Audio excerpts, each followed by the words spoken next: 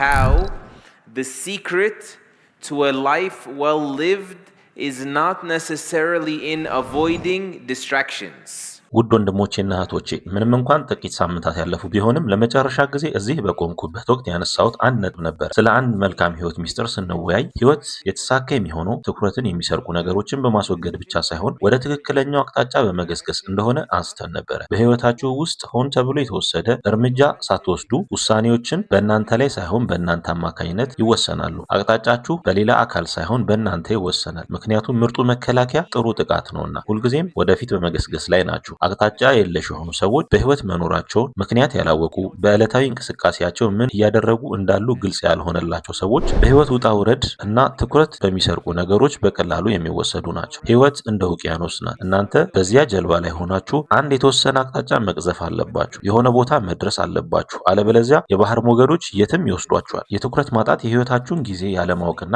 ሳይታወቃችሁ ብዙ ጊዜም አይናችሁ ላይ መጋረጃ እንደተጋረደ እንደሚኖር ሰው አድርጎ ይወስዳችኋል። አላህ ሱብሓነሁ ወተዓላ በቅዱስ ቁርአን ውስጥ ስለዚህ ይናገራል። ሞት በሰውየው ላይ ከፍተኛ ስቃይ ሲመጣና ግራ ሲያጋባው ይህ አንተ ተሸሸው የነበረው ነው ይባላል። በሁለቱ አንቀጾች በኋላ ደግሞ አላህ እንዲህ ይላል፣ እዚህ ትዘናጋ ነበረ፣ ከዚህ ወቅት በቸልታ ትኖር ነበረ፣ አሁን ግን መጋረጃህን ገንጥለንልህ ዛሬ እይታህ በጣም ስለታም ነው። ዑለማዎች ይህ አንቀጽ አብዛኛውን ሰው የሚመለከት እንደሆነ ይናገራሉ። አብዛኛው ሰው መጋረጃው የሚገለጠው ከሞተ በኋላ ወይንም ነፍሱ ከሰውነቱ ስትወጣ ነው። ስለዚህ በህይወት እያለን ወደፊት በመገስገስ ንቁ መሆን አለብን። ዛሬ ትኩረት የምናደርገው ሆን ብለን ስለመኖር እና ስለመጽናት ነው። ይህንን ካደረጋችሁ ምንም አይነት ትኩረት የሚሰርቅ ነገር ቢኖር በአላህ ፍቃድ ኢንሻአላህ ልታሸንፉ ትችላላችሁ። የወንድና የእህቶች ትልቁ ትኩረት መሻሚያ ምንድን ነው? ይህ ችግር ብቻ አይደለም፣ ሁለንተናዊ ነው። ነብዩ ሰለላሁ ዐለይሂ ወሰለም እንዲህ ብለዋል፣ ከኔ በኋላ ለወንዶች ከሴቶች የበለጠ የከበደ ፈተና አልተው። ይህ የሰው ልጅ ተጋላጭነት። ነገር ግን ንቁ ሁኑ። ስራ በዝቶባችሁ ቆዩ፣ ትኩረት አድርጉ። ይህንን ፈተና ማለፍ ትችላላችሁ። በአንድ ወቅት ታማኝ ለመሆን የሚጥር አንድ ወጣት ወደ አስተማሪው ቀርቦ እንዲህ አለው፣ እይታዬን ዝቅ ለማድረግ በጣም እቸገራለሁ። ሁልጊዜ በመንገድ ላይ ወደ ግራና ወደ ቀኝ እመለከታለሁ። ይህን ለማሸነፍ ሚስጥሩን ንገረኝ አለው። አስተማሪው መድኃኒቱን አሳይሃለሁ፣ ነገር ግን መጀመሪያ አንድ ስራ ስራልኝ። ይህም የወተት ማሰሮ ይዘህ ከተማውን አቋርጠህ ሂድ።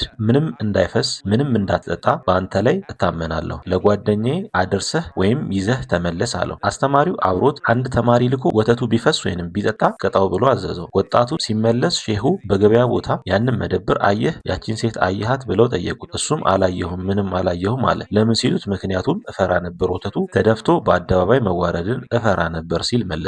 ሼሁም እንዲህ አሉት፣ መልሱ ያው ነው፣ ትምህርቱም ያው ነው። በተልእኮ ላይ ስታተኩር ወደ ግራና ወደ ቀኝ መመልከት ትተሃል። ዛሬ ሰዎች በምን ይከፋፈላሉ? ሀብታም የመሆን ዘላለማዊ ሩጫ፣ ማለቅ የሌለው ስግብግብነት። በዘመናችን ዲጂታል ዓለም ውስጥ ምናባዊ ካዚኖ ተቀይሯል።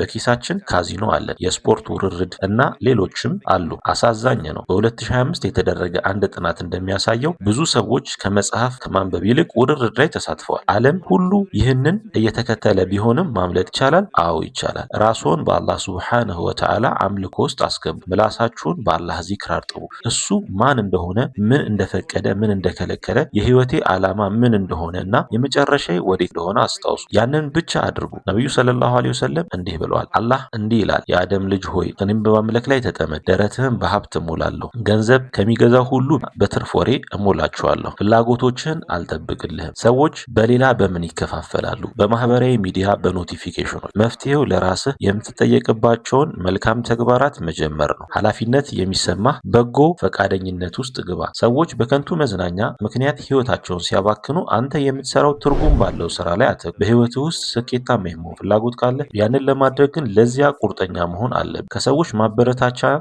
ላይክ ውጪ በራስህ ውስጥ ደስታን ማግኘት ትችላለህ። ሌላው ደግሞ በድራማና በግጭት ይከፋፈላሉ።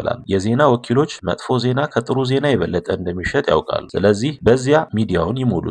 ብዙ ሰዎች የድራማ ሱስ አለባቸው። በኦንላይንም ይሁን ከኦንላይን ውጪ ከአንድ ግጭት ወደ ሌላ ግጭት፣ ከአንድ ወሬ ወደ ሌላ ወሬ ይሮጣሉ። ከዚህ እንዴት ልትወጣ ትችላለህ? ትርጉም ባላቸው ስራዎች ራስህን በማጥመድ። የኡማችን ስቃይ ሳስብ ሁላችንም በጋራ ላይ ብናተኩር ኖሮ ብዙ ነገር መለወጥ እንችል ነበር። ነብዩ ሰለላሁ ዐለይሂ ወሰለም በበኑ ሙስጠለቅ ዘመቻ ውስጥ በሰሃቦች መካከል ግጭት ሲፈጠር እንዴት እንደጀመሩት አስታወሱ። ነብዩ ሰለላሁ ዐለይሂ ወሰለም ሰራዊቱን ቀኑን ሙሉ ሲያዘምቱዋል፣ ሌሊቱንም እንዲሁ። የሰውነት ድካም ለግጭት እና ለሐሜት የሚሆን ጉልበት እንዳይኖራቸው አደረገ። ምን አይነት መሪ ነበሩ! ትኩረታችሁን አትስረቁ። አላህ እንዲላል በጊዜ እምላለሁ፣ ሰው ሁሉ በኪሳራ ውስጥ ነው። እነዚያ ያመኑት መልካም ስራዎችን የሰሩና በእውነት እና በትዕግስት ላይ እርስ በርስ የተመካከሩት ሲቀሩ። ይህ ነው ሊያውቁት የሚገባው። መልካም ተግባራትን በህይወታችሁ ሙሉት። አላህ ሱብሓነሁ ወተዓላ ጉዟችንን ወደ ጀነት እንዲያሳካልን እንለምነዋለን። Allah subhanahu wa ta'ala facilitate our journey and yours to his gardens of eternal rest and bliss. Allahumma ameen.